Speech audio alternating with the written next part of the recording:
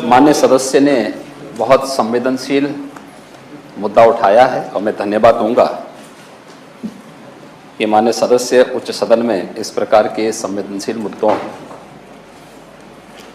को चर्चा करते हुए संवेदनशील हुए हैं, अपनी संवेदनशीलता का परिचय दे रहे हैं। हम सब जानते हैं कि 2017 में सरकार आने के बाद हमारी सरकार ने हर उस जरूरतमंद के लिए जिसे खाद्यान्न से वंचित किया गया था, राशन कार्ड उन्हें उपलब्ध करवाने का कार्य किया। दूसरा, इससे बड़ा प्रमाण दूसरा और क्या हो सकता है कि सदी की सबसे बड़ी महामारी के दौरान उत्तर प्रदेश के अंदर यहाँ के निवासी हों या हमारे प्रवासी कामगार और श्रमिक, इन सबको न केवल खाद्यान्न के किट उपलब्ध कराए गए बल्कि फ्री में राशन की व्यवस्था भारत सरकार के स्तर पर भी, प्रधानमंत्री गरीब कल्याण अन्न योजना के माध्यम से भी और राज्य सरकार के माध्यम से भी उपलब्ध करवाए गए। और यह व्यवस्था भी सुनिश्चित कराई गई कि किन्हीं कारणों से अगर किसी परिवार ने अपना राशन कार्ड नहीं बनाया है, नेशनल पोर्टेबिलिटी का जो सिस्टम लागू हुआ है, इसका उद्देश्य ही यही है कि अगर यूपी का कोई श्रमिक मध्य प्रदेश में, महाराष्ट्र में, दिल्ली में, कर्नाटक में, केरल में कहीं रह रहा है, या वहाँ का कोई श्रमिक या कोई नागरिक उत्तर प्रदेश में रह रहा है, तो हम उस राशन कार्ड को जो उसने वहाँ बनाया है, अगर नेशनल पोर्टेबिलिटी के साथ वो जुड़ा हुआ है तो उसे खाद्यान्न की सुविधा कहीं भी प्राप्त हो सकती है। उत्तर प्रदेश के अंदर हम लोगों ने इस व्यवस्था में पारदर्शिता लाने के उद्देश्य से ही सभी 80,000 राशन कोटे की दुकान में ई-पॉस मशीन लगाई है।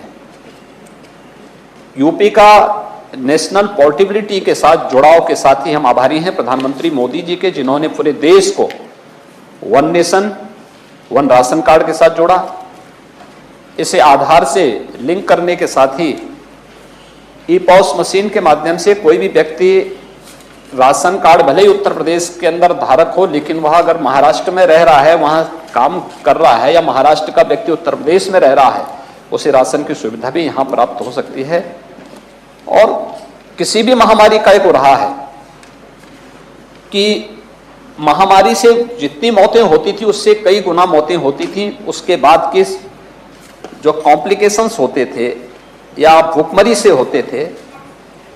याद करिए, जब इस देश ने 1880 और 85 के बीच में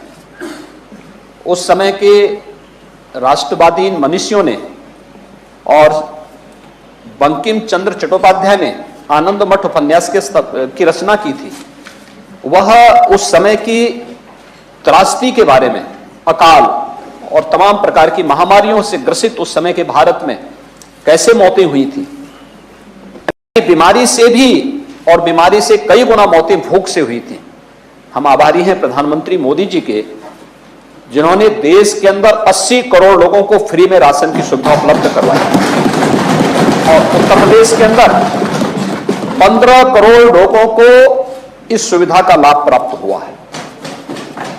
और केवल भारत सरकार की प्रधानमंत्री गरीब कल्याण योजना के साथ साथ हम लोगों ने राज्य स्तर पर भी इस व्यवस्था को लागू किया। और आपने देखा होगा दीपावली से कि फ्री खाद्यान्न के साथ साथ दाल, तेल, रिफाइंड तेल, नमक और अंत्योदय कार्ड धारक को 1 किलो चीनी भी उपलब्ध करवाने का कार्य राज्य सरकार वर्तमान में करा रही है। ये सरकार की गरीबों के लिए संवेदनशीलता को प्रदर्शित करता है। और महामारी के दौरान अगर कहीं भी किसी की आजीविका पर आंच आई है तो उसको ये उपलब्ध करवाने के लिए फिर भी कोई कहीं बच जाता है तो सत्यापन की कार्रवाई समय समय पर होती है कि सत्यापन के माध्यम से हम उन सभी लोगों को जो भी अगर जरूरतमंद है, या आवश्यक नहीं कि आज कोई व्यक्ति सबल है वो हमेशा सबल ही रहेगा, कल निर्मल हो सकता है। जो आज निर्मल है वो हमेशा निर्मल ही नहीं रहेगा, वो कल सबल भी हो सकता है। इसलिए इसी सत्यापन की कार्रवाई को लेकर के सरकार हर समय अपनी कार्रवाई को आगे बढ़ाती है और हर जरूरतमंद को खाद्यान्न उपलब्ध करवाने के लिए, उसकी पात्रता के अनुसार उसे खाद्यान्न उपलब्ध कराने के लिए पूरी प्रतिबद्धता के साथ कार्य कर रही है। और 15 करोड़ लोगों को वर्तमान में खाद्यान्न की सुविधा राज्य सरकार भी और केंद्र सरकार भी उत्तर प्रदेश के अंदर उपलब्ध करा रही है। देश और दुनिया की तमाम छोटी बड़ी खबरों के साथ जुड़े रहने के लिए देखते रहिए द नेशन न्यूज।